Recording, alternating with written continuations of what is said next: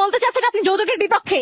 হ্যাঁ, আসলে এই যে যারা যৌতুক দেয় এবং নেয় এটার আমি একদম বিপক্ষে। এবং তাছাড়া ধরেন যেই বাবা তার মেয়েকে যৌতুক দিয়ে বিয়ে দেয় এবং যেই ছেলে যৌতুক নিয়ে বিয়ে করে তাদের বিরুদ্ধে আমি আসলে কোনো কথাই বলতে চাই না। কিন্তু তবে ধরেন প্রতিটা বাবার কাছে কিন্তু তার মেয়ের একটা রাজকন্যা, মানে বাংলায় যেটা বলে পাপা কি পারে। ধরেন এখন তার মেয়ের সে যদি ভালোবেসে একটা ফ্রিজ গিফট করে, তো ওই ফ্রিজের ঠান্ডা পানি কে খাবে? তার মেয়ে খাবে। আমি তো খাবো না ভাই, আমি থাকি সারাদিন অফিসে। এখন ধরেন তার মেয়ের সে আরেকটু বেশি ভালোবাসে একটা এসি গিফট করলে, তো এসি ঠান্ডা বাতাস কে খাবে আপু? আপনিই বলেন। তার মেয়ে খাবে। সারাদিন বাসায় কে থাকে? তার মেয়ে। আমি থাকি সারাদিন অফিসে। এখন ধরেন তার মেয়ে ঢাকা শহরে থাকে, চলতে ফিরতে তাদের অসুবিধা হইতেছে।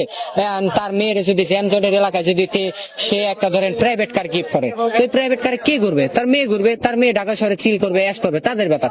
আমার কি ভাই? আমি তো সারাদিন থাকি অফিসে। এখন ধরেন তার মেয়ের যদি না রে, আমার মেয়ে এবং মেয়ের জামাই ঢাকা শহরে থাকে, ভাড়া থাকতে তার কষ্ট হইতেছে, ভাড়া দেয় প্রতি মাসে। এখন যদি সে তার মেয়ের ভালোবাসে সে একটা ফ্ল্যাট গিফট করে, তো ওই ফ্ল্যাটে কে থাকবে? তার মেয়ে থাকবে। সারাদিন বাসায় কে থাকে? তার মেয়ে থাকে। আমার কি ভাই? আমি থাকি সারাদিন তার অফিসে। মানে আপনি বলতে চাচ্ছেন আপনি একদম যৌতুকের বিপক্ষে। এবং এই যৌতুক যারা নেয় এবং দেয় তাদের বিরুদ্ধে আমি তীব্র নিন্দা জানাই এবং প্রতিবাদ জানাই। ওই আপনার ইন্টারভিউ নেওয়া। ঠিক আছে।